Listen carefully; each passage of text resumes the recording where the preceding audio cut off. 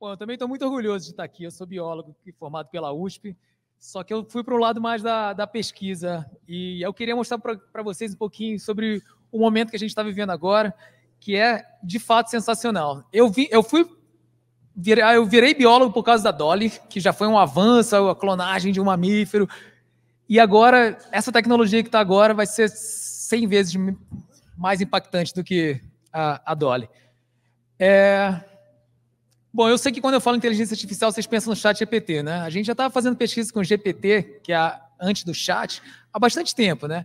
E o GPT é esse Generative Pre-trained Models, Transformers, que requer, na verdade, uma revolução em várias áreas aqui. Eu sei que, como vocês são biólogos, vocês não querem saber a parte de computação, né? Mas eu queria falar só de uma delas, que é esses embeddings aqui, que faz parte da pesquisa que eu queria mostrar para vocês, que a gente faz lá no Hospital Albert Einstein.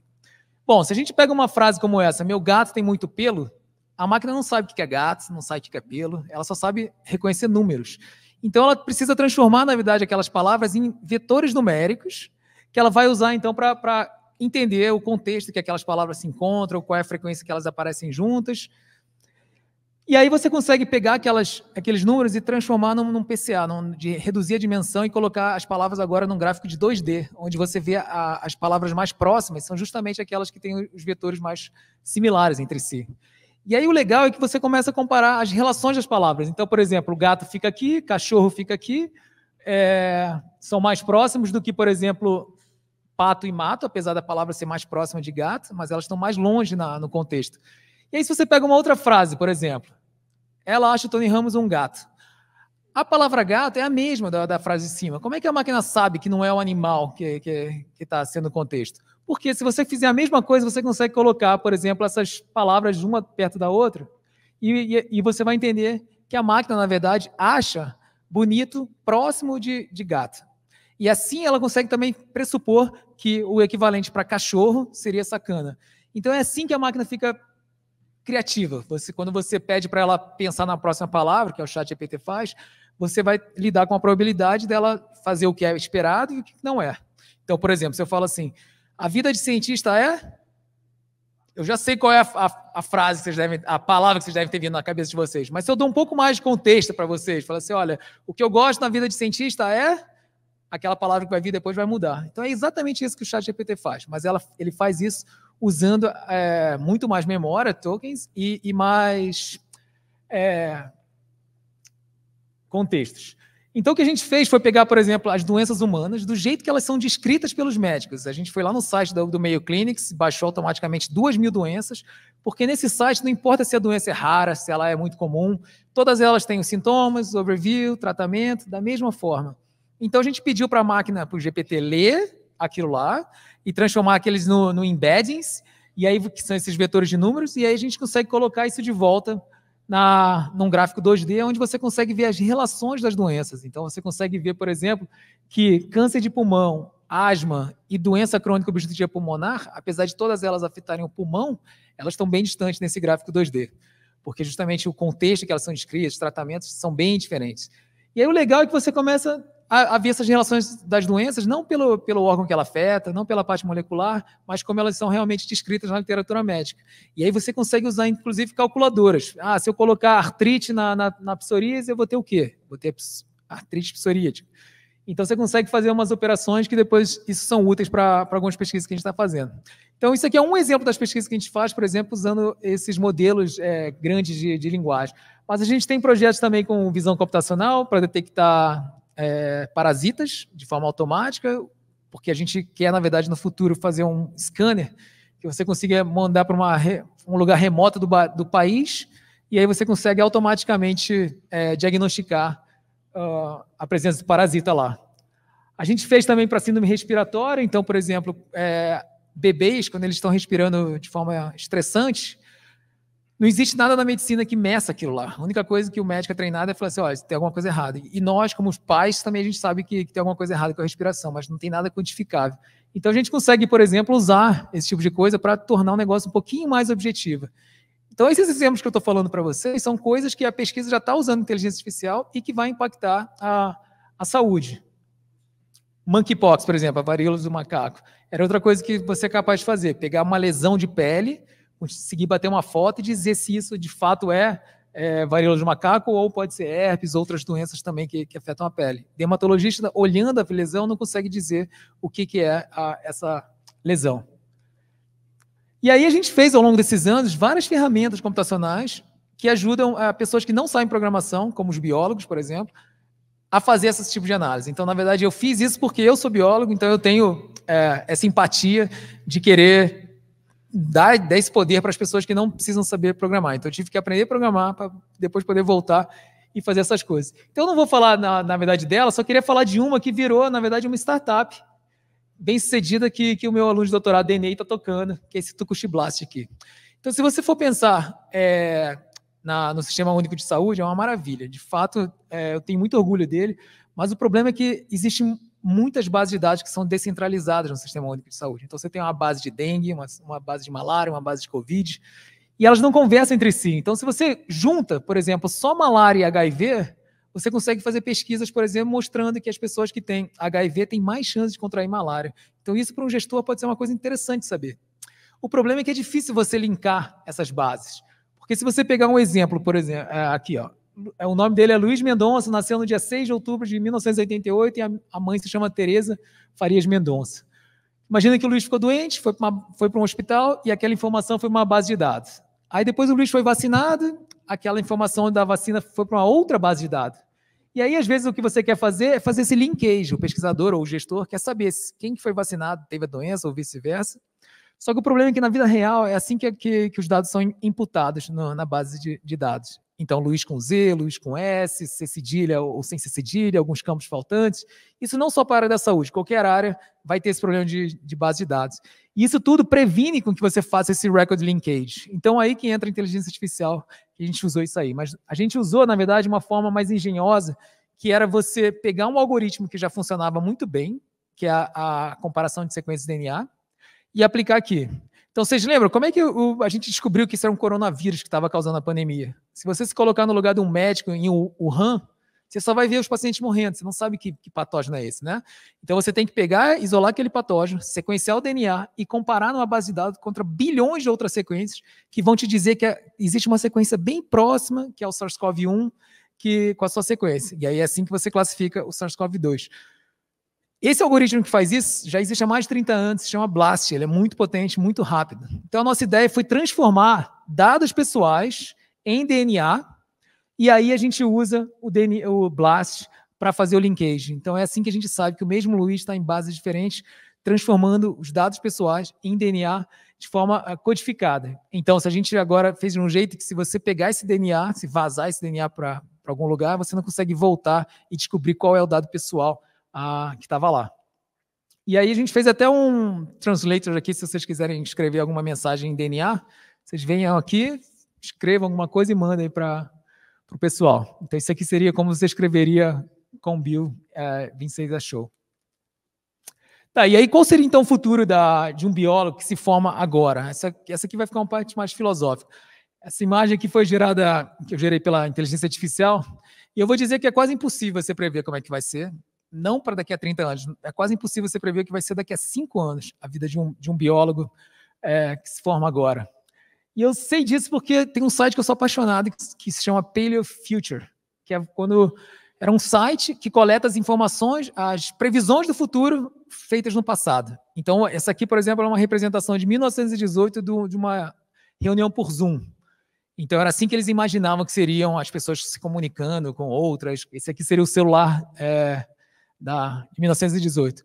Tudo isso porque nós, seres humanos, a gente tem um problema que a gente não consegue pensar de forma exponencial. Nós somos pensadores lineares. A gente consegue pegar o que a gente sabe hoje, adicionar um pouquinho e extrapolar porque a gente acha que vai ser no futuro. Só que o fato é que as coisas não são assim. Se você pegar toda a evolução humana, os 100 e poucos mil anos de existência, e pegar todas as descobertas, você vai ver que o conhecimento ele cresce de forma exponencial.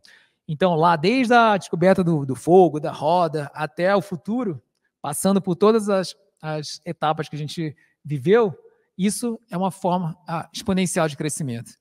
E a gente consegue ser bons pensadores lineares se a gente estivesse nessa época aqui. Então, se você é um camponês da Idade Média na França, você passa gerações sem ter muitas mudanças. Então, você consegue prever o que vai acontecer no futuro. Só que quando a gente está vivendo esse momento agora exponencial, fica impossível. Se vocês forem pensar como é que era um biólogo há 30 anos atrás, que era o meu caso, 20 e poucos anos atrás, vai ser totalmente diferente do biólogo de hoje, né?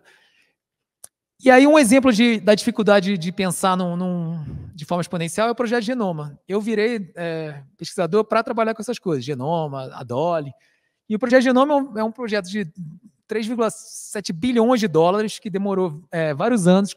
E aí, na primeira metade do projeto Genoma, 1% do genoma estava sequenciado. Então, imagina você estar dando bilhões de dólares para um projeto e você vê que na metade dele só tem 1% do genoma pronto. E aí, na outra metade, o genoma inteiro fica completo. Então, é por isso que é difícil você prever o impacto que algo exponencial tem na vida da gente ou num projeto. Tem um exemplo que eu adoro, que é de uma metáfora assim, que é uma analogia que você imagina que nós somos uma bactéria colocada num tubo de ensaio que se duplica a cada minuto. Então, no primeiro minuto tem uma, no segundo minuto tem duas. Com 60 minutos, você tem o tubo de ensaio cheio, que seria o planeta estar em colapso. Com 60 minutos, o tubo está cheio. Com quantos minutos o tubo estava metade cheio? 59 minutos, né? Porque duplica. Então, com 58 minutos, 25% do tubo está cheio. Com 55 minutos, só 3% do tubo está cheio. Agora, você imagina você é uma bactéria, como os biólogos já estão falando isso há muito tempo, que o planeta, a gente tem cuidado da natureza.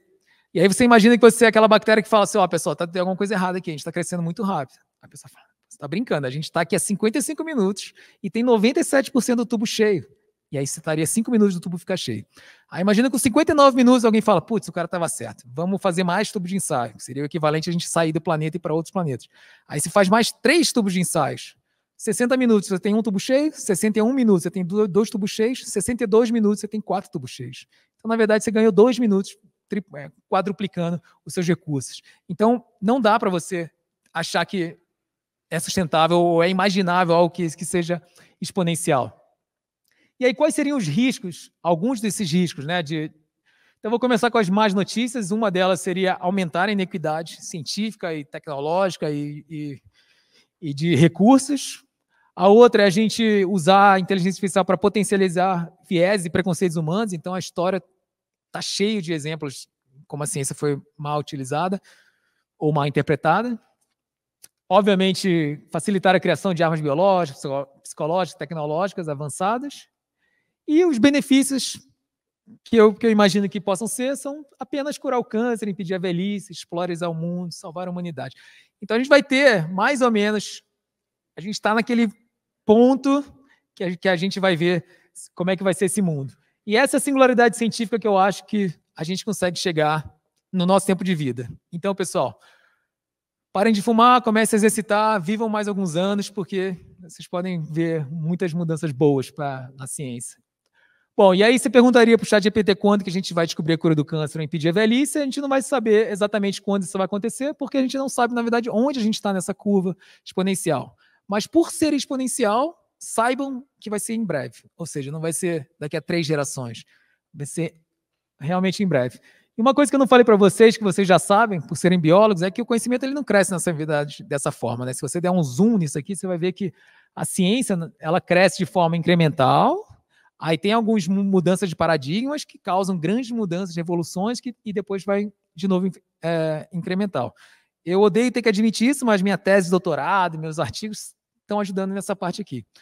E os modelos atuais de inteligência artificial, eles estão ajudando agora a fazer essa ciência incremental mais rápida e produtiva.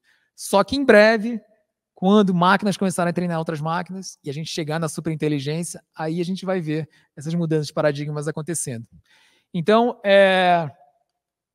aí a gente vai chegar nessa superinteligência que a gente vai ver se o mundo vai ser realmente um paraíso, a gente vai acabar com aquecimento global, arco-íris, unicórnios, ou se vai ser isso aqui, ou se vai ser mais ou menos o meio termo desses dois aqui. Eu gerei tudo isso aqui com inteligência artificial, tá? E a mesma coisa acontece com a pesquisa, com biólogos, com a universidade. A gente não sabe se a gente vai chegar num ponto onde a gente vai ver uma pessoa que sai da biologia como um pesquisador muito melhor do que qualquer outra geração que já saiu, ou se isso pode ser a ruína das universidades atuais que a gente está vivendo agora. Então, de fato, é um momento crítico que a gente tem que debater. Eu sei que é um pouco assustador e um pouco empolgante.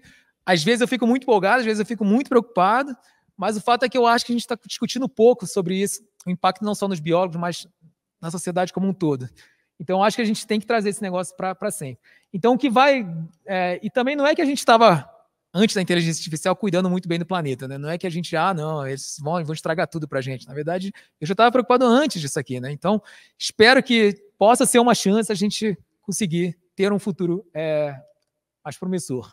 Mas, obviamente, isso só vai acontecer se a gente conseguir fazer esse alinhamento entre os ideais, valores, tudo que os humanos acham que é ético com as máquinas. E é essa parte que é a grande dificuldade que a gente tem que fazer. E eu acho que, mais do que nunca, biólogos vão precisar ajudar nessa etapa aqui do alinhamento, que não é mais uma coisa tecnológica, vai ser mais uma coisa mais humana e biológica do que a parte de inteligência mesmo. Então, com isso, eu queria agradecer o time do laboratório e a atenção de vocês. Bom, não está tocando aqui? Esse é o time do 2023, pessoal. Mas obrigado.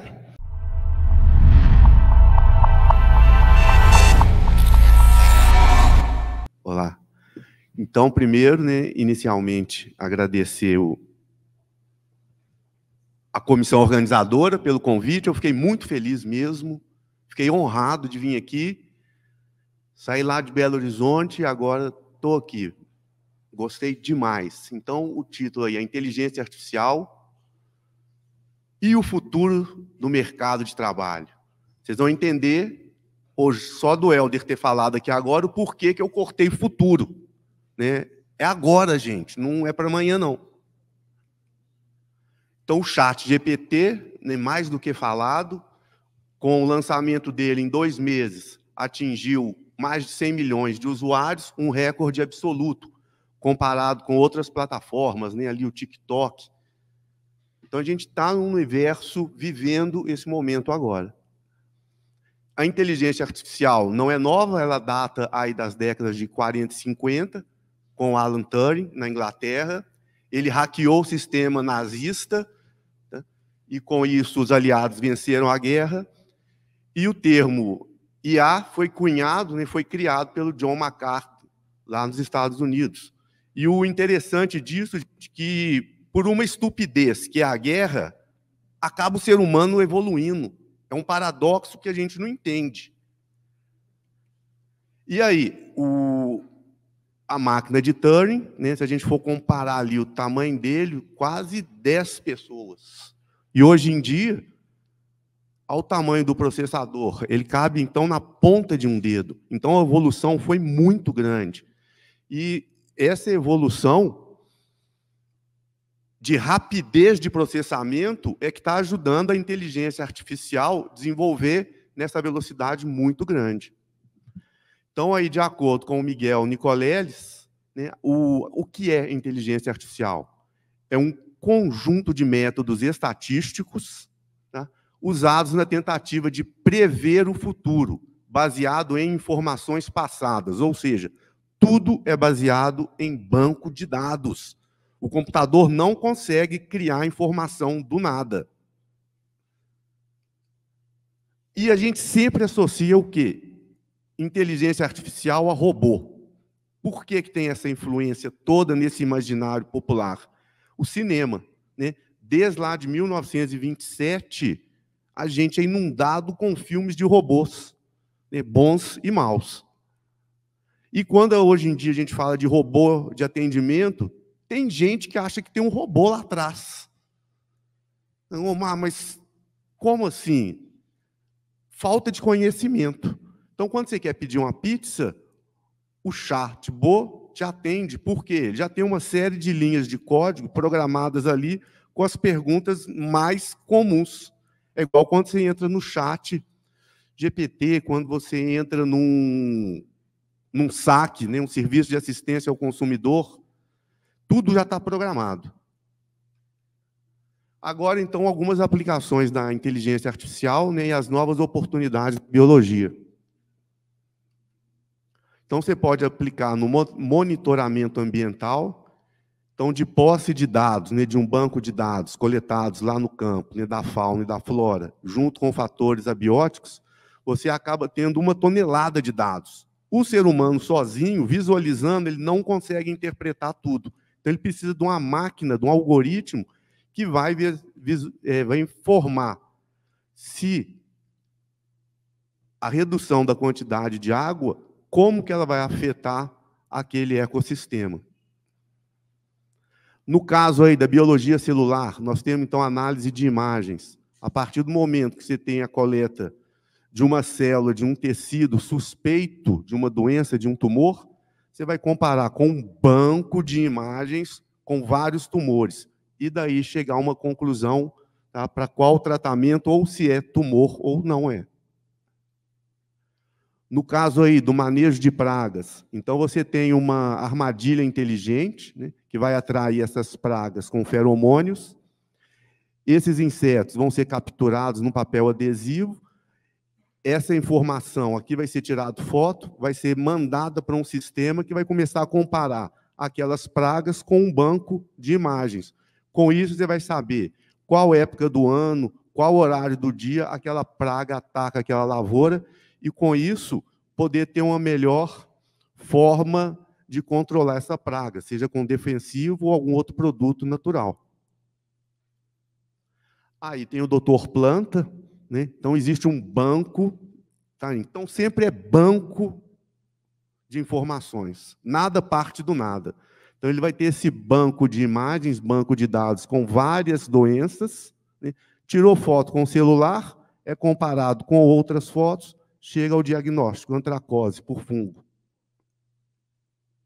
Na biologia molecular, então, hoje em dia, consegue-se decodificar em tempo real o tipo de tumor, baseado na sequência de DNA e também na análise de fotos. Aqui, no caso da embriologia, então, como exemplo, a gente tem um banco de fotos com vários embriões. Mas, dentre todos esses embriões, apenas um deu origem a um neném. Nas próximas experiências, o que vai acontecer? Vai ser através da inteligência artificial, vai ser comparado esses novos embriões com esse banco de dados. Aquele que mais se assemelhar a que deu origem ao neném é aquele embrião que vai ser transferido. Então, a inteligência artificial tem um olho melhor que o olho do ser humano, sim. No caso da educação, o que pode fazer hoje em dia? Então, um aluno, a gente sabe que numa sala de aula existem diferentes habilidades dos alunos. Você passa uma bateria de exercícios. Nos exercícios que ele foi mal, o próprio sistema consegue depois selecionar e ver que esse aluno tem determinadas deficiências e aplicar a ele exercícios personalizados, diferente ali da coleguinha dele que tem facilidades em outras disciplinas. Ah, é modinha, Luiz. Isso aí vai acabar já já. Não, não vai acabar. Por quê? De acordo com esses 3 gráficos, o que a gente pode perceber? Os investimentos, né, em IA aumentam cada dia mais, né? Já está na casa aí dos bilhões de dólares. Sendo que ainda a gente tem várias reportagens, né, investimentos aí na casa de $1 trilhão. É muito dinheiro. 7 em cada 10 organizações vão investir em IA, só nesse ano de 2023. Né? Os hospitais, segundo consta, então, 62% deles já usam a IA como tecnologia de diagnóstico de doenças. Aqui uma informação bacana também, ó, em sílico, tem conseguido, né, a empresa tem conseguido desenvolver medicamentos com a média de 2 anos, a um custo de $2,6 milhões. Ou seja, uma redução de 99% comparado aos métodos atuais que gastam 700 milhões e em torno de 5 anos. Então, quando a gente pensa em doenças, quanto mais rápido for desenvolvido o medicamento, mais vidas serão salvas. E com isso, com um aporte financeiro menor, você também consegue diminuir o custo do medicamento que chega para a população geral. Eu tirei, então, esse slide aí, né, da Sociedade de Cardiologia, né, afirmando, podia pôr uma afirmativa aqui, ó, inteligência artificial, um universo infinito de possibilidades. O Ministério da Ciência, Tecnologia e Inovações, ele pretende construir 8 centros de pesquisa aplicada em tecnologia artificial, recebendo um aporte, né, de até 2 milhões de reais, né? Dólares aí agora não vai ser possível, não. O bom disso é que o brasileiro ele é muito adepto a novas tecnologias, né? Então, o nosso país está em 4º lugar em países, né, que aceitam essa tecnologia, bem à frente Estados Unidos, Alemanha, Reino Unido, países mais ricos, né? Infelizmente, algumas profissões vão ter um prejuízo, que elas vão desaparecer. O operador de telemarketing praticamente hoje já não existe, né? Tudo que a gente recebe é chat, é robô. Nós, professores, estamos menos ameaçados, né? Só 30%. E com o Fórum Econômico Mundial, né, o especialista em IA é uma das profissões mais emergentes que nós temos aí. E aí, onde eu vou? Traduzindo do mineirês, para onde vou? Tá? Donde eu vim, a gente costuma emendar a palavra uma na outra e torna-se um dialeto. Não. Primeiro, você tem que desenvolver suas hard skills. O que são isso? São as habilidades técnicas. Se a gente está falando de biologia, você tem que cursar ciências biológicas. Além disso, conhecer estatística, planilha de dados, banco de dados e algoritmos. Né? Só isso? Não. Diretamente ligado às hard skills, você tem que ter o quê? Desenvolver as suas soft skills, ou seja, suas relações sociais, né? Suas relações pessoais e interpessoais. Ocorre que somos pessoas diferentes. Você tem, então, que saber conviver em equipe, tá? Ter um equilíbrio emocional, sair brigando com a pessoa porque ela tem um cabelo amarelo e o outro é preto, né? Não adianta, porque um torce para um time, o outro para o outro. Isso aí não dá mais para os dias de hoje, né? E ninguém vence sozinho. Você vai ter sempre que associar alguém a um time, que isso vai potenciar o nosso crescimento. Desenvolver gestão e liderança, desenvolver a comunicação eficaz. Então, para você expor uma boa ideia, você precisa ouvir, escutar e escrever bem. Então, a hora que você for montar um projeto, você tem o seu poder de persuasão aumentado com isso. Desenvolver a parte de gestão e liderança, ou seja, planejar. Você planejar, você consegue delegar a tarefa. Com isso, você minimiza, reduz bastante o erro e evita ter que refazer aquele trabalho várias vezes. Com isso, você ganha tempo e economia. Tá? Então, gente, o pulo do gato que eu deixo aí, além da IA, seja qual for a sua ocupação, desenvolva suas soft skills. Tá? A gente trabalha com máquina, a gente usa máquina, mas trabalha com pessoas. Né? E as vantagens da IA são essas, ó. Automação de processo, então tudo aquilo que é repetitivo, as máquinas vão fazer para a gente. Tá? Com isso, a gente tem uma rapidez de resposta, então a gente viu aquele desenvolvimento de medicamentos, economia de tempo, acerto nas decisões, porque vão ser baseados em um banco de dados, né, robusto, que vai dar mais exemplos para a máquina tomar uma decisão e a gente, como humano, seguir ou não aquela decisão, né, e a gente tem redução de custos. E aproveita o tempo para ficar à toa, divertir, ler, divertir. Então, você tem que pôr a máquina para trabalhar para você e depois divertir. Né? E ficam aí as lições aprendidas. Né? IA não é futuro, é agora, a gente está vivendo. Né? Para preparar essa palestra, eu fui lá no ChatGPT e perguntava qual o impacto para o biólogo. E ia buscando informações e aplicando. Né?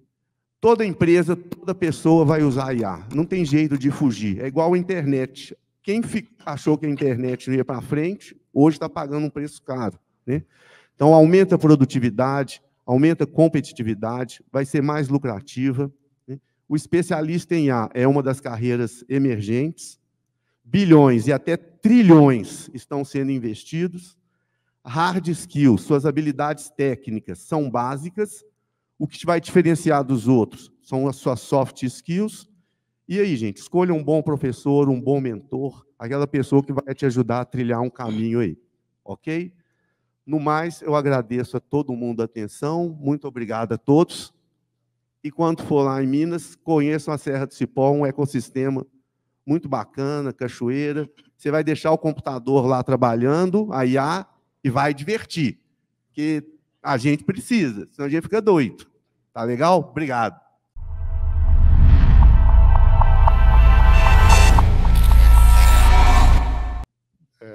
Boa tarde a todos e a todas. Em primeiro lugar, agradecer à comissão organizadora pelo convite. Eu vou falar sobre um assunto que eu não domino plenamente. Vocês viram todas as hard skills que a gente precisa ter para trabalhar nessa área. Eu não as tenho, mas me preocupo com alguns aspectos da inteligência artificial. Um deles é na publicação científica. Isso a gente tem discutido muito. Eu sou editor de uma revista científica, faço parte do Conselho do Cielo, e é uma discussão que a gente vem tendo. Recentemente tivemos um congresso onde esse assunto foi bastante discutido. E a outra questão que me preocupa é como, e aí do lado positivo, a inteligência artificial, o uso de inteligência artificial vai permitir que a gente avance em trabalhos na área de biodiversidade e serviços ecossistêmicos, que é com o que eu trabalho.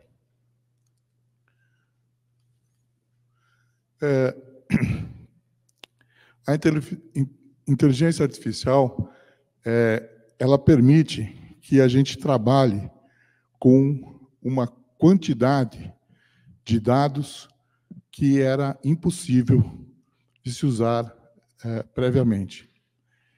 Quando você trabalha com bilhões de dados, você consegue observar ou avaliar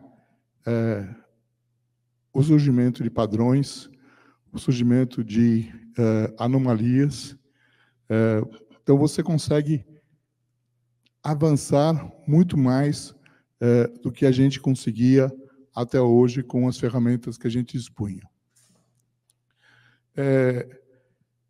A inteligência artificial está evoluindo, como vocês viram, e a cada momento aparecem novas ferramentas que permitem que a gente vá integrando dados de fontes diferentes e de formatos diferentes. Quando o programa Biota foi estabelecido na FAPESP, em 1999, um dos diferenciais do programa foi a criação de um banco de dados, a padronização de campos de registro de coletas feitas, incluindo as coordenadas geográficas como uma informação obrigatória, e alimentando esse banco de dados com informações de todos os grupos taxonômicos, de vírus a mamíferos, a angiospermas. Você permitiu que, ao juntar essas informações, avaliá-las conjuntamente com as informações abióticas, que a gente estabelecesse áreas prioritárias para a conservação no estado de São Paulo. Agora, isso foi feito usando um conjunto de mais ou menos 110 mil registros de alguma coisa em torno de um período de 10 anos. Hoje, isso é uma piada. O volume de dados, a consistência e o fato desse conjunto de dados ter se tornado base para decisões políticas e planejamento do Estado, de criação de novas unidades de conservação, de definição de restauração, necessita ser continuamente aperfeiçoado. E acho que a gente vai conseguir dar um salto qualitativo nisso, usando essas novas ferramentas de inteligência artificial, porque você pode criar, ajuda você a criar modelos preditivos. Então, você pode usar essas informações do que vai acontecer em diferentes cenários. A gente já tem várias ferramentas, né, que fazem diferentes tarefas, são melhores em determinados aspectos. Essa Razonation faz uma classificação mais equilibrada, e que seria o caso nessa questão de áreas prioritárias, então essa seria uma ferramenta que a gente poderia estar usando. O Captain, ele usa a distribuição espacial de uma forma muito consistente, então também serviria para a gente definir essas áreas. Quer dizer, você tem as informações das espécies que ocorrem, mas você pode ter a gente sempre vai a alguns pontos aqui no estado de São Paulo. Se a gente ampliar isso, por exemplo, para a região amazônica, a gente tem alguns pontos naquela gigantesca área dominada por diferentes florestas, onde, de fato, a gente fez coletas. Então, a gente tem essas capacidades de inferência, vai ser muito importante.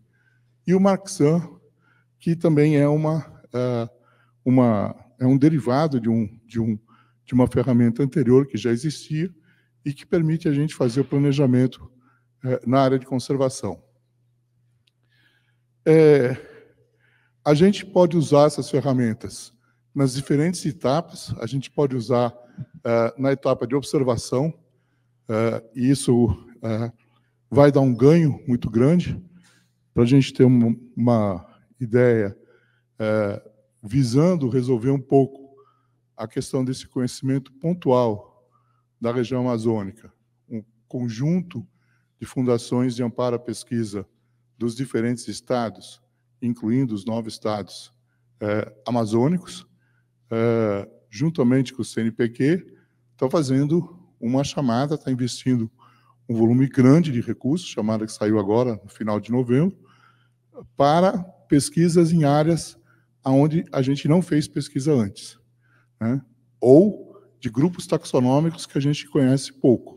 A gente conhece bem os vertebrados, a gente conhece bem as árvores, mas para a maioria dos grupos de invertebrados, a gente conhece muito pouco. Então, essas etapas elas podem ganhar muito com o uso dessas ferramentas da observação de ocorrência. A outra etapa é a etapa das estimativas, que a gente vai fazer baseada naquelas observações. Então, você vai poder fazer um conjunto de estimativas muito mais consistentes, muito mais confiáveis, né, para você tomar determinadas decisões. E depois, essa etapa onde você vai fazer algumas atribuições, né, e que vai te permitir a usar essas modelagens ou esses cenários de mudanças climáticas que a gente tem. Vocês todos acompanham praticamente agora que a COP28 está acontecendo, dia a dia, as discussões de clima, e certamente já devem ter visto que a gente tem várias projeções de clima, né? Então, se cumprirmos o Acordo de Paris, diminuirmos a emissão naquela quantidade estimada, nós vamos ter uma elevação de temperatura entre 1,5 e 2 graus Celsius. Não é para deixar ninguém apavorado e sair daqui para se matar, mas mesmo que a gente consiga cumprir hoje as metas de Paris, pelo que a gente já fez, esse patamar de 1,5 é praticamente impossível da gente atingir, pensando no tempo de vida do CO2, o CO2 que já foi emitido. Mas a gente tem que continuar fazendo todos os esforços para reduzir as emissões. E há outros cenários onde a gente não faz absolutamente nada, e a temperatura deve subir em torno de 5 e 6 graus até 2100. Então, esses cenários a gente pode começar a usar de uma maneira muito mais consistente com ferramentas de inteligência artificial. Há 10 anos atrás, 15 anos atrás, a gente usava ferramentas, na época, super modernas, que permitiam também que a gente fizesse essas avaliações. Então, aqui a gente tem, fazendo pesquisa nos herbários brasileiros, os pontos de ocorrência de uma determinada espécie, né? Uma espécie aqui de Mata Atlântica de encosta, e eu juntava isso com um conjunto de dados do meio físico, e isso me permitia projetar que eu também teria a possibilidade dessa espécie ocorrer aqui, na região da Mantiqueira, e também lá no Pontal do Paranapanema. Nunca ninguém esteve nessas regiões para coletar. Todas as minhas unidades de conservação estão aqui ao longo da Serra do Mar, desde as limítrofes aqui com o Paraná, até o Parque Estadual da Serra do Mar, que vai até o limite com o Rio de Janeiro. Eu pegava os cenários para 2050, o cenário mais positivo, o quanto naquela região do Brasil nós teríamos de mudança de temperatura, o quanto, no pior cenário, o quanto eu teria de diferença de temperatura, a precipitação que vai mudar em função da temperatura, apesar da Serra do Mar vai continuar úmida, mas vai ter alterações, no pior. E eu projetava para o futuro. Ops. Como eu volto? Voltou. Eu projetava para o futuro, e no futuro eu ia ver que, na verdade, as condições aqui iam mudar de tal forma que a espécie ia desaparecer, e as populações que iam sobrar eram justamente essas populações aqui. Ou seja, todo o meu esforço de conservação que estava aqui ao longo da Serra do Mar, para essa espécie seria inútil, porque ela estaria sobrevivendo em áreas que eu não tinha unidades de conservação. Agora, vejam, aquele mapa, quantos pontos, inicialmente, eu tinha? Qual é a confiabilidade disso? Dá para eu tomar uma decisão de conservação baseada nisso? Era o melhor que a gente tinha. Evoluiu, melhorou, foram desenvolvidas novas ferramentas, mas foram todos aumentos incrementais. Agora, de fato, eu vou ter um aumento, vou ter uma modificação, que é uma mudança de paradigma, porque eu não vou mais trabalhar com o conjunto dessas espécies, esse conjunto aqui, mas eu vou trabalhar com conjuntos muito maiores e projeções muito maiores, porque a inteligência artificial vai poder fazer isso. Isso a gente fazia na unha, né, para conseguir fazer esses mapas. Então, esse tipo de capacidade, para a área de conservação e serviços ecossistêmicos, ela vai ser importantíssima. Para a gente ter uma ideia de como avançou a quantidade de dados com as quais você consegue trabalhar com ferramentas relativamente simples, como o ChatGPT, que é a mais conhecida, que hoje você já está em torno de 1 trilhão. O gráfico que nós já vimos, né, a velocidade com que o ChatGPT se tornou um hit, né, 2 meses contra 5 anos do Facebook, vai permitir, então, que você consiga fazer todos esses processos de uma forma muito mais rápida, muito mais eficiente e muito mais confiável. De análise, de identificação, de monitoramento, de modelagem, de planejamento da conservação, sistemas de alerta. Nos sistemas de alerta, eu lembro que não são só esses sistemas de precipitação, de tempestades, que a gente tem visto que o Brasil avançou bastante, ainda assim temos uma quantidade enorme de desastres, mas são sistemas de alerta biológico, que é um pouco o que o Durigon falou em relação ao vírus, mas a gente pode ter isso para outras espécies que sejam pragas, que hoje ocorrem em outros países, ainda não ocorrem aqui, mas você pode ter um sistema que vai prever quando elas vão chegar aqui e em que tipo de ambiente elas têm facilidade para se desenvolver, né? Imagina se a gente tivesse aqui uma chegada repentina de uma praga bastante comum na Austrália, que é uma praga de eucaliptos. Imaginou o impacto que isso poderia ter na nossa indústria de papel e celulose. Então, esses sistemas de alerta são mais nesse sentido, né? Desculpa. E, no final, você vai ter uma otimização da alocação de recursos. Por que na minha visão, isso vai impactar positivamente o mercado de trabalho do biólogo? Por causa da nossa formação. Nós vamos ter informações que antigamente a gente chamava de história natural, que são informações que envolvem as questões ecológicas, que envolvem as questões taxonômicas, que envolvem as questões fisiológicas das diferentes espécies. Essa visão permite que a gente consiga, por exemplo, do ponto de vista da fisiologia, imaginar o que um aumento de 1 grau de temperatura vai fazer, quanto isso vai afetar a respiração e quanto isso vai afetar a fotossíntese de uma determinada planta, né? Hoje a gente até faz simulações, a gente cultiva mudas, indivíduos jovens,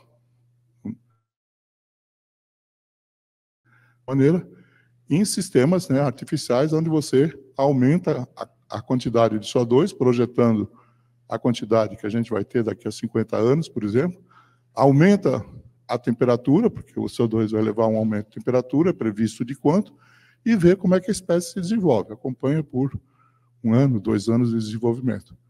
O que a gente sabe até hoje é que elas crescem mais rápido, elas conseguem absorver mais CO2, parece que o processo inicialmente parece benéfico, mas depois de 2 anos você vê um envelhecimento precoce de gemas, de folhas, que a gente não sabe se aconteceria com o adulto também, porque se esse for a consequência, na verdade, você vai diminuir o tempo de vida daquelas espécies.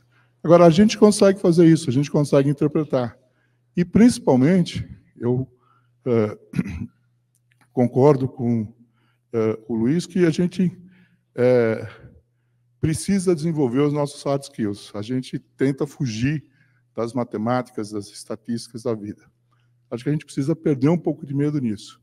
Mas a gente tem que pensar que, cada vez mais, você vai trabalhar em equipes multidisciplinares. Outras pessoas vão ter um domínio profundo desses hard skills necessários para fazer. Nós conseguimos aprender. Se a gente perder o medo, a gente consegue aprender. Você, biólogo, trabalha com essas coisas. Você não consegue fazer um engenheiro entender a história natural de uma espécie. Isso é uma coisa da nossa formação. Não há outro profissional que consiga substituir. Então, o biólogo vai ser um profissional imprescindível nessas equipes, tá? Para você fazer esse tipo de trabalho. Por isso, eu acho que isso vai impactar, vai criar oportunidades, não sei se diretamente no mercado de trabalho fora da área acadêmica, acredito que sim, com o passar do tempo, mas certamente na área acadêmica, a formação de equipes, esses novos projetos que vão se desenvolver, vão exigir esse tipo de envolvimento do biólogo nas diferentes equipes. Então, é nesse sentido que eu vejo um aumento da possibilidade do mercado de trabalho. Era isso que eu tinha para apresentar. Muito obrigado.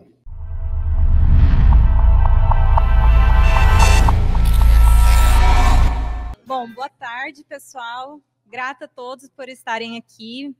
Apresentações maravilhosas, importantíssimas, por sinal, né? Eu fico grata por estar aqui, né, participando dessa mesa, embora não seja uma pessoa que esteja trabalhando diretamente na área de inteligência artificial, mas nós todos, né, que estamos na academia ou trabalhamos hoje, né, no século XXI, todo mundo usa inteligência artificial, seja ali no celular, seja no computador, está tudo associado. E para a gente que trabalha com biodiversidade, né, o professor Joly falou bastante a respeito dessa facilidade que a gente pode ter para trabalhar com bancos de dados robustos, né, então é muito prático, né, facilita bastante a nossa vida.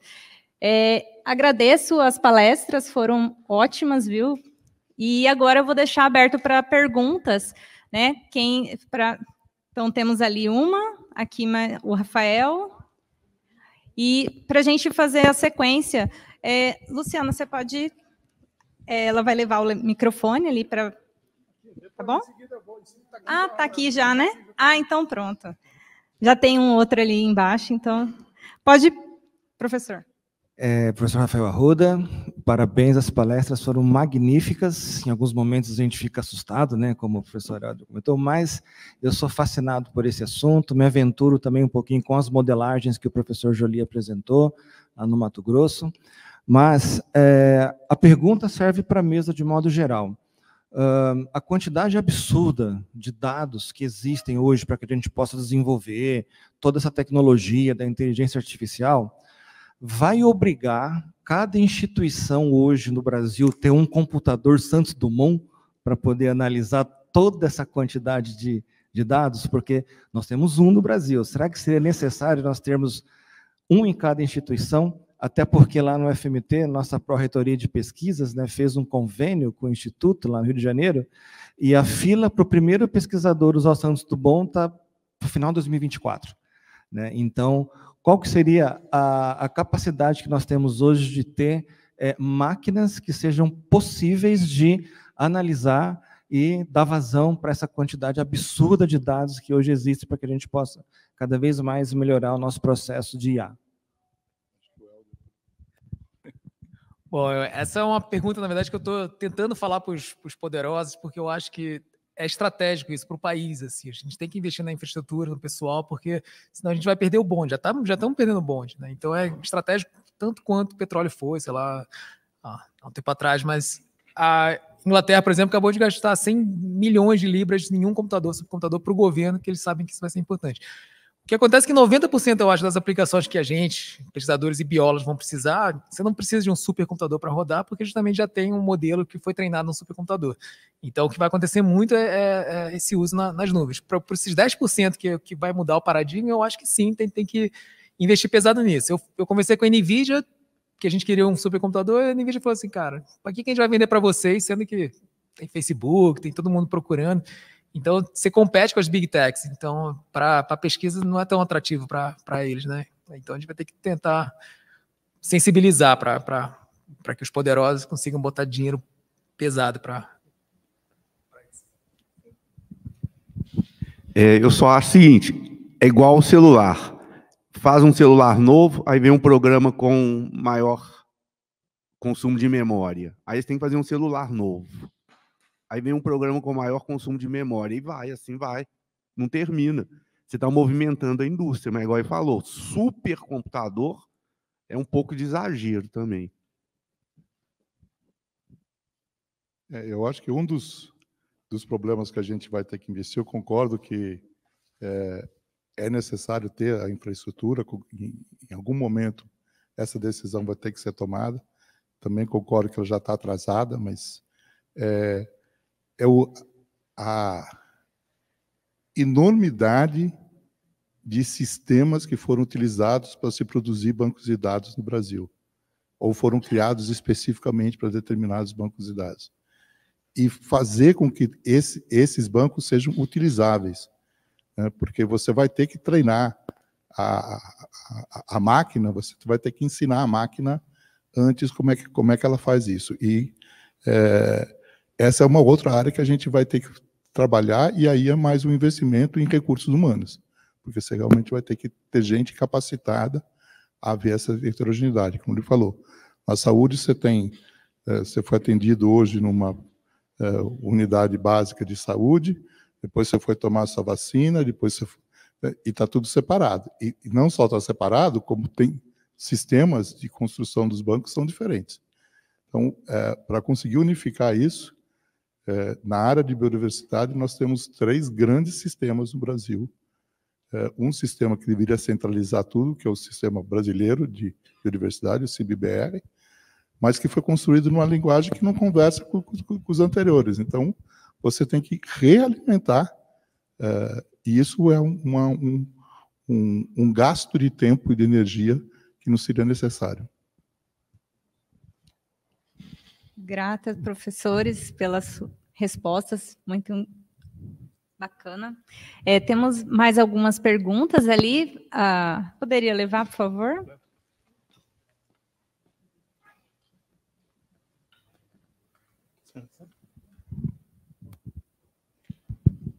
Oi, boa tarde. Eu me chamo Camila, eu faço mestrado na Unifesp, e a minha pergunta é mais para a área da saúde, né? Eu exemplifico com o CRISPR, porque foi uma tecnologia revolucionária, mas que tivemos o caso dos bebês com, né, a edição genética. Então, a minha questão é, quando se faz um projeto envolvendo a inteligência artificial, quem impõe os limites? Até onde pode ir? Quem define esses limites, né? Porque parece um campo bem nichado. Você, por exemplo, é um biólogo, teve que fazer programação para poder desenvolver essa área. Então, assim, existe um comitê já voltado para isso? Questões de legislação, de regras já bem definidas, porque é um campo, a tecnologia é avassaladora. Então, eu sou totalmente pró EA, gosto muito também dessa área, mas tem alguns pontos que a gente se faz questionar, né? Então, existe esse limite já estabelecido?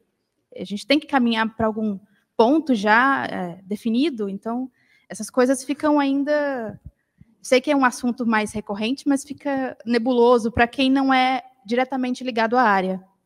Então, a resposta é como tudo está tão recente, ainda não há muita regulamentação escrita sobre isso, né? Então é que nem você falar que drones autônomos que matam sem um ser humano apertando o gatilho. Isso já está acontecendo na Ucrânia.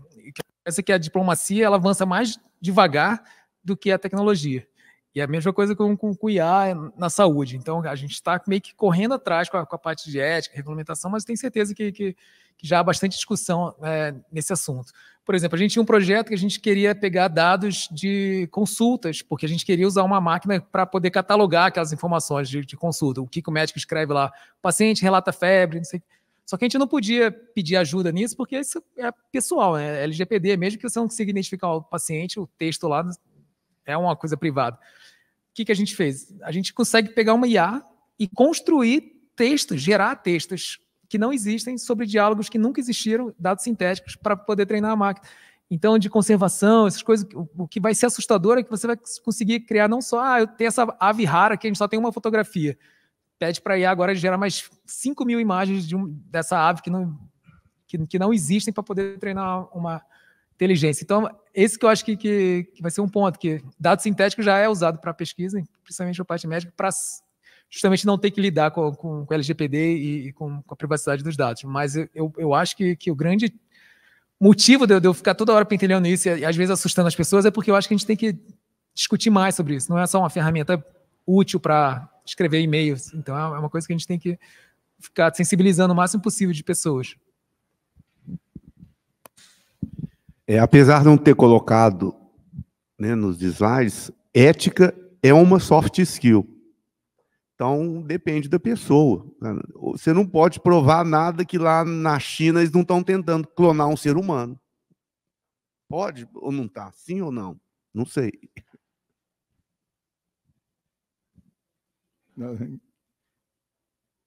Nessas horas eu acho ótimo que eu trabalho com biodiversidade. Certo, professor. Temos mais uma pergunta? Ali. mais duas aqui. Isso, mais duas, 3 perguntas, tá? Isso, tem mais. A gente está brigando pelo microfone aqui, mas a gente se entende no final. Obrigado pelas palestras, altíssimo nível. Professor Joly, grande prazer estar presente. Eu queria pegar uma fala sua sobre a inteligência artificial utilizada para a identificação de espécies da nossa biodiversidade com a utilização de câmeras. Queria dizer que isso já está acontecendo também na pesca, que é a nossa área. O Dr. Cubo está aqui, trabalhamos anos aí na pesca de espinhel de alto mar, e essa pesca ela requer observadores a bordo. O Programa Nacional de Observadores a Bordo foi suspenso alguns anos atrás por questões diversas, financeiras, mas principalmente jurídicas. São fiscais do governo a bordo dos barcos de pesca de empresas, não é uma coisa muito fácil, é caro, é difícil de treinar, enfim, e foi substituído, então, está sendo substituído mundialmente por um sistema de monitoramento de eletrônico por câmeras. E essas câmeras captam as imagens e as inteligências artificiais identificam as espécies com grande precisão. Então, é um elevado número de imagens sendo geradas 24 horas por dia, são barcos que ficam 20, 25 dias no mar, captando imagem todo o tempo, e assim os algoritmos são desenvolvidos para poder identificar espécies de peixes, espécies ameaçadas de extinção que são capturadas acidentalmente, é o caso do meu trabalho com albatrozes e petréis, vou falar já já, junto da mesa aqui, junto com os colegas, e dizer que isso é uma coisa que tem um impacto financeiro importante. As empresas, hoje o governo começa a pensar no desenvolvimento de um processo de certificação ambiental para a exportação do pescado brasileiro com a utilização desse tipo de ferramenta. Então, ela vai além, né? Ela começa a ter desdobramentos muito importantes. Então, é um desdobramento importante para o monitoramento da biodiversidade, mas é também uma ferramenta que agrega valor econômico à atividade, né? A gente ainda tem dificuldade, não só dos computadores, como o colega falou, mas de pessoas capacitadas para desenvolver esses algoritmos, né? Acho que esse é o gargalo que a gente tem encontrado atualmente. Obrigada. Só fazer um comentário. Infelizmente, junto com a retirada dos observadores de bordo, o Brasil deixou também de fazer avaliação de estoque, né? E com isso a gente não tem a menor ideia de o quanto a gente tem de recurso das espécies economicamente importantes, nem qual seria o limite de pesca, não, nada de tudo isso passou a ser abstrato porque não temos mais os dados. Bom, vou aproveitar que está aqui o microfone, né? Alexander Turra, do Instituto Oceanográfico da USP e Cátedra Unesco para a Sustentabilidade do Oceano. Eu fiquei pensando aqui, né? Como que a gente teve um momento, e ainda vive um momento de fake news, né? Um momento de transmissão de mensagens capciosas, né? Planejadas para enganar, né? Com interesses muito, muito claros. Até que ponto, né, a inteligência artificial ela pode ser um aliado, né, nesse tipo de luta, né, porque, né, Joly, eu e mais uma série de pesquisadores temos parte de um grupo, né, a Coalizão Ciência e Sociedade, que buscava fazer antídoto de fake news, né, Joly? Então vinham questões com argumentos bem estapafúrdios e a gente trazia, botava a bola no chão e colocava ali alguns argumentos mostrando o que a ciência tinha para contribuir, né? Então, eu acho que é um pouco interessante, talvez um caminho interessante, como que a inteligência artificial nos ajuda a nos proteger da inteligência artificial, né? E acho que é um caminho interessante. E o outro, né, que eu queria destacar é que a gente, ela tem seus limites, né? Um deles é que ela não sente o cheiro das rosas, né, das flores, né? E outro é que não supera, né, não elimina o prazer que a gente tem de finalizar uma tarefa. Imagina só que coisa chata, você fazendo um caça-palavras e você indo lá no fim ver a solução, é a mesma coisa, né? Então, e aquela coisa do desafio, né, de você evoluir enquanto pessoa, né, de superar isso, essa é uma coisa muito importante. A gente pode se valer da inteligência artificial para muitas coisas, mas para outras, né, eu acho que ainda prefiro sentir o perfume das flores, né? Vou fazer um comentário, Alex. No Congresso da Associação Brasileira de Editores Científicos, a gente teve 2 mesas para discutir essa questão do uso da inteligência artificial. E um dos convidados era um pesquisador holandês que participou por Zoom, teleconferência entrega a idade, né? participou por Zoom. E ele estava mostrando também como a análise pela inteligência artificial produz fake news, produz resultados errados. Ela também erra, porque ou o treinamento não foi feito adequadamente, ou o conjunto de dados é muito pequeno. Ela inventa literatura. Então, essa na área de editoria científica, a gente ficou discutindo esses problemas. Então, eu acho que tudo continua dependendo do ser humano que está utilizando a máquina. Então, da ética do ser humano que está utilizando a máquina. Sobre fake news, vocês conhecem o conto mais curto e triste que foi escrito pelo Hemingway, que é Baby's Shoes Never Worn. 4 palavrinhas que todo mundo fica triste, que é sapatos de bebês nunca usados. Como é que o cara conseguiu tocar a alma humana com 4 palavrinhas? E aí você pede para o ChatGPT completar a história, e ele completa a história mantendo uma história triste para você. Aí você pede para tirar o clichê, ele tira o clichê. O que me assusta, na verdade, é o quanto que ele conhece a psicologia humana de saber o que é triste para a gente. Então, eu acho que nesse caso da fake news, não é tanto detectar se aquilo é fake ou não. Eu acho que é transformar o que a gente usa de verdade científica de alguma forma que vai tocar os outros. Porque fake news espalha porque justamente eles conseguem tocar na emoção, na raiva, enquanto que a gente falha como cientista porque a gente quer dar uma resposta curada que não atrai ninguém. Então, se a gente conseguir usar inteligência artificial, eu acho, para tornar essa mensagem mais impactante, mexer com as emoções, eu acho que a gente vai ter mais chance de lutar do que usar só para detectar ou responder a fake news.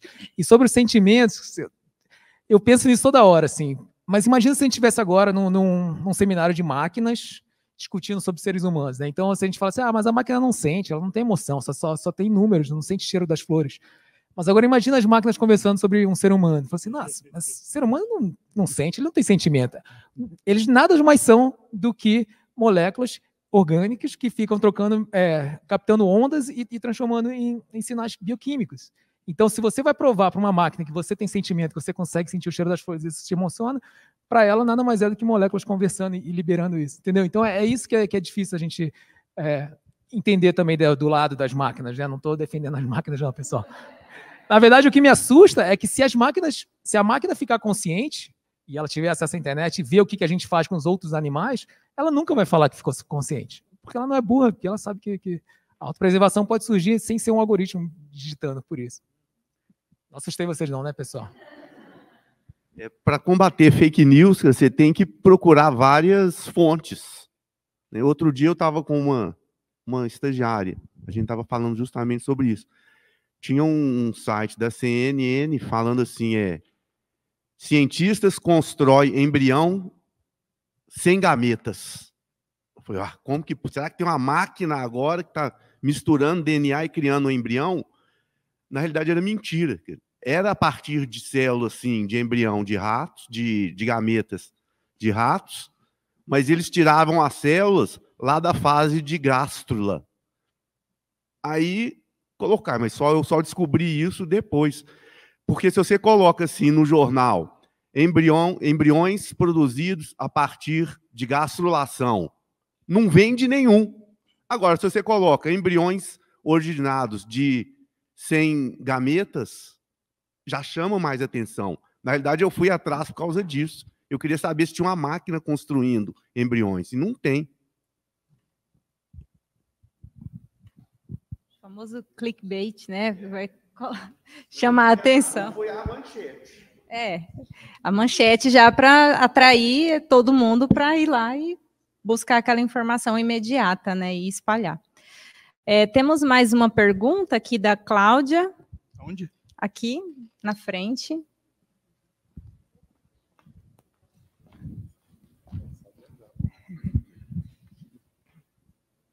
Obrigada. Bom, eu sou Cláudia Geiger, sou jornalista, mas vocês estavam falando essa questão do uso da inteligência artificial e o cuidado com a informação. Eu fiz um teste, várias vezes, vários testes, para tentar burlar a inteligência artificial e vejo o quanto ela inventa. Então, teve um dos testes que eu falei, quem é Cláudia Geiger? Ela falou que eu nasci em Curitiba, eu sou capixaba, que eu trabalho com biologia, mas eu sou jornalista. Então, a minha pergunta para vocês é como é que está sendo esse trabalho, porque quando a manchete te fisgou, você é um estudioso. Você se incomodou com uma informação que foi dada de uma forma incorreta, mas que chamou a atenção. A gente já vive num mundo onde as pessoas não têm o hábito de se aprofundar. As pessoas, elas consomem o lead, que a gente chama, que é aquele primeiro parágrafo, e acham que já sabem de tudo.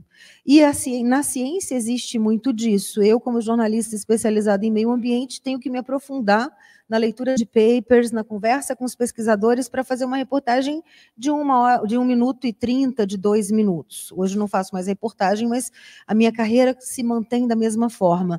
Como que vocês estão trabalhando isso? Porque se você tem uma inteligência artificial que cria, como você mesmo diz, que cria uma historinha a partir de um fato e que te comove, te emociona, te convence, qual é o limite para que ela também não seja uma ferramenta que vai atrapalhar e muito o que a gente precisa, que é o aprofundamento das pessoas no conhecimento científico e na confiança do que está sendo dito e feito por vocês?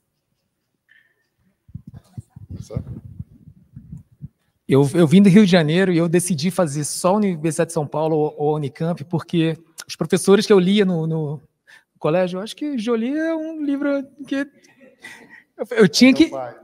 então eu ia perguntar isso para você. Mas eu falei, eu tenho que ir para a USP porque o conhecimento está lá, fisicamente lá. Hoje, se você quiser conhecimento de fazer uma aula em Harvard ou em Stanford, você consegue fazer online. Então, o conhecimento já não está fisicamente na universidade. E agora, com o ChatGPT da vida, o conhecimento está aí. Tá? Então, o uso disso que eu acho que vai afetar todo o resto. E a parte do que você falou, do clickbait até, né? Tem uma frase que é assim, se você me mostrar um incentivo, eu te mostro o desfecho. A inteligência artificial ajudou a polarizar o mundo porque ela sabe que o que engaja é a raiva. Então, ela sabe que vai te mandar mais conteúdo para você ficar mais polarizado, porque isso vai engajar. Não é que ela foi programada para fazer isso. Então, o meu medo é que, se usada de forma errada, se o incentivo for errado, financeiro, e isso vai degringolar. Então, é por isso que eu acho que a gente tem que tomar a JET, soft skill, tentar. E eu acho que as universidades do futuro vão ser bem menores, porque elas não vão ser mais voltadas para ter um diploma, para poder ganhar um emprego, mas voltadas para fazer network, para poder conversar com os especialistas, brainstorm. Então, acho que vai ser voltar para um pouco para as raízes de... Desculpa, eu vou complementar, porque diante do que você falou, hoje a gente tem estudos científicos que você questiona ao ler, e quando você começa a pesquisar outros cientistas, você percebe que aquele recorte que foi adotado por aquele pesquisador não é bem aquilo. Eu sou o tipo de profissional que eu vou a campo, então eu jamais vou fazer uma entrevista por telefone. Se você me falar, eu vou lá no seu laboratório, eu vou lá no meio do mato acompanhar o biólogo, o zoólogo, seja quem for, porque eu quero ver na prática aquilo que está sendo feito. E as pessoas com essa coisa da urgência não buscam a prática, simplesmente a conversa que é dita é aceita. E quando você tem a inteligência artificial com uma possibilidade de cruzamento de dados gigantesco, como a gente está vendo, e sem controle, onde vai continuar sendo a ciência e onde pode ser algo que alguém ou a máquina se programou para me convencer? Bom, sobre ciência em si, né? Só no PubMed, que é a área biomédica que eu trabalho, 1,5 milhões de artigos são publicados por ano. É impossível que todos eles sejam de boa qualidade, uma boa ciência. Então, ter dados ou ter publicado peer review não quer dizer que aquilo é próximo, na verdade, ou é uma boa ciência. E a máquina vai consumir isso. Então, de novo, o incentivo de publicar mais para poder avançar na carreira faz com que a gente crie um monte de dados sem importância. Eu acho que vocês lembram quando o Deep Blue ganhou do Kasparov? Vocês são velhos o suficiente? Então, eu lembro que eu pensei, putz, agora ninguém mais vai jogar xadrez. E hoje as pessoas jogam mais xadrez do que nunca, porque as pessoas não jogam xadrez para ganhar da máquina, eles jogam xadrez porque eles gostam. Então, eu acho que se as máquinas chegarem num ponto de substituir a gente, até na parte criativa, o que vai sobrar vai ser um baque para nosso ego, que nem Copérnico foi quando disse que a gente não está no centro do universo, que nem Darwin foi quando a gente viu que a gente não descendeu de Deus. E eu acho que esse aí vai ser outro ego ferida da humanidade que nosso emprego talvez não seja tão relevante e insubstituível assim. Então, meu medo é que vai causar problemas mentais maiores ainda por um tempo, até as pessoas se ajustarem, conseguirem ver o que realmente importa, né? Então, conexão, sair, pessoal, quem está online, vir para cá fisicamente, vai ser o que vai tornar, eu acho, a atração, né? Você olhar nos olhos e conversar, porque daqui a pouco nem online você vai precisar de um ser humano, pode ser um avatar criado por um IA. Eu acho que a gente tem que sempre manter em mente que, pelo menos hoje, ou da forma como a pesquisa tem sido conduzida, você tem a supervisão humana. Você vai ler aquilo que a máquina produziu, vai interpretar, vai ver os eventuais absurdos. O teu trabalho como pesquisador continua o mesmo. Você não tem a capacidade de ler os 150 mil trabalhos que foram publicados, mas você tem a sua formação, tem a sua base, e você tem como checar as informações que estão sendo colocadas ali. Então, isso, para mim, é a coisa que é fundamental, que a máquina, no estágio atual, ela não substitui isso. E a gente acho que precisa continuar a formar pessoas e pesquisadores, e, no caso aqui, biólogos, que tenham essa capacidade e que valorizem essa capacidade. Porque senão você escreva um trabalho científico sobre tal espécie, né? E depois, foi uma das coisas que a gente discutiu bastante no Congresso, o ChatGPT pode ser coautor? Enfim, não pode, tá, gente? Só tecnicamente não pode, mas, inclusive, então, eu acho que você tem essa decisão e essa supervisão humana que é fundamental e que vai continuar na confiabilidade do pesquisador.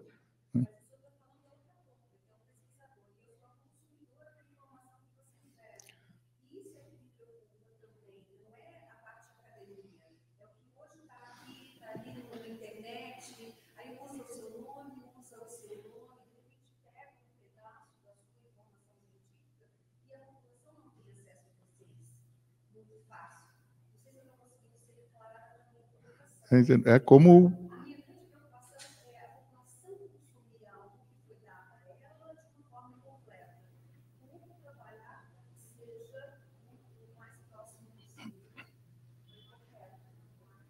Nisso a gente vai precisar fundamentalmente de vocês, da mídia. É o jeito de rebater. É você desmentir. Desculpa, ela disse que é o fato ou fake que algumas mídias já fazem, que checam, mas numa menor quantidade. Assim,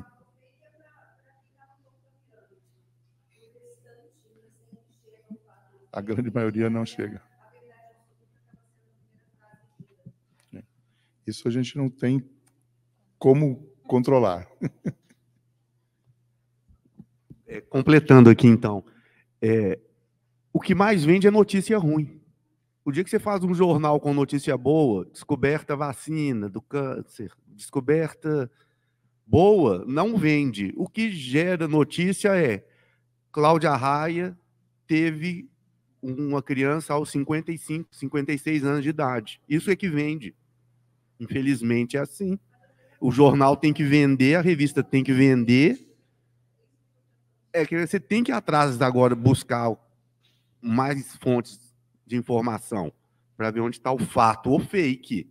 Vai depender de cada um, vai depender da ética que ela falou ali, vai depender de você buscar um bom mentor, um bom professor, que tem pilantra em toda profissão, tem picareta, tem. Cabe você procurar aquilo que é o correto.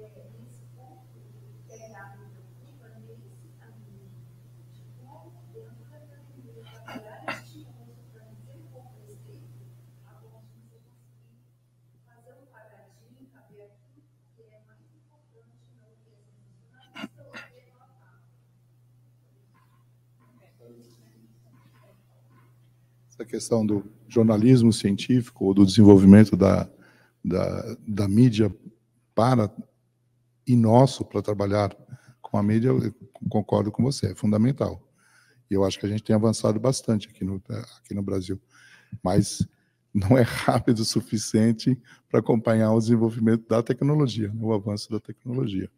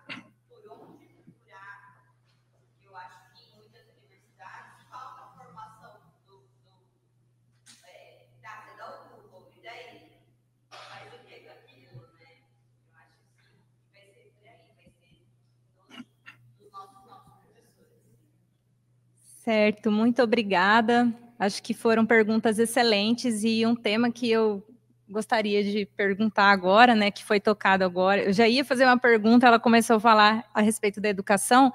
E para a gente finalizar essa mesa, uma pergunta assim, como então que esses novos professores ou como os professores das universidades, né, podem orientar esses estudantes ao uso dessas ferramentas tecnológicas, especialmente no desenvolvimento de habilidades, né, para realizar essas atividades acadêmicas. Até porque a gente sabe que elas inventam referências bibliográficas, escrevem informações, às vezes, confusas, mas esses novos, né, acadêmicos, eles muitas vezes eles não sabem fazer esse filtro, eles pegam a informação que está ali e consomem e aquilo. Como que vocês poderiam dar uma dica aí para a galera, né, não só para os estudantes, para os professores que estão aqui presentes também? E aí a gente finaliza.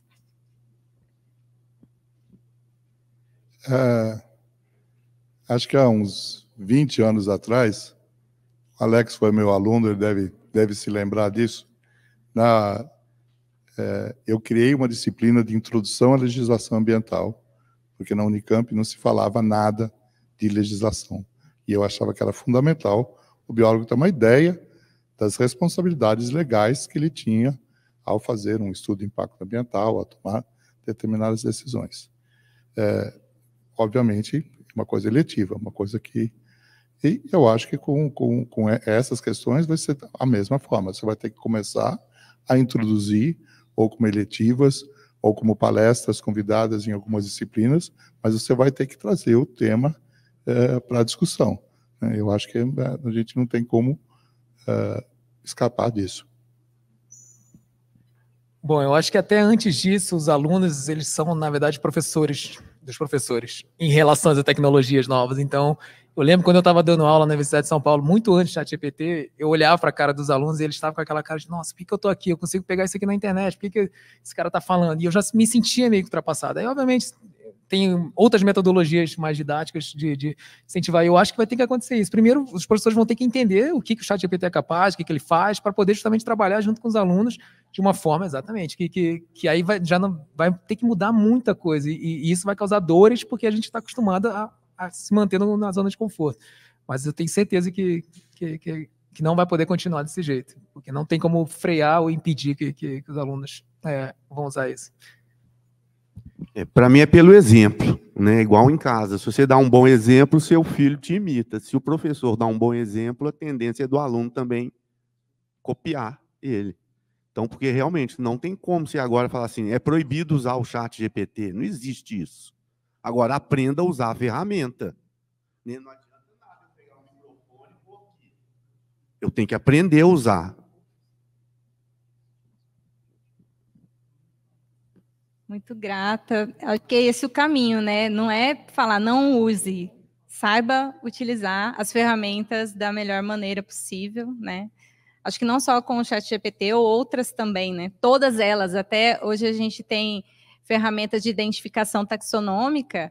Hoje os estudantes, eles não querem ficar lá olhando na lupa para identificar inseto, eles vão lá, tiram uma foto e já identifiquei. E nem sempre vai funcionar, né? Então, saber usar as ferramentas.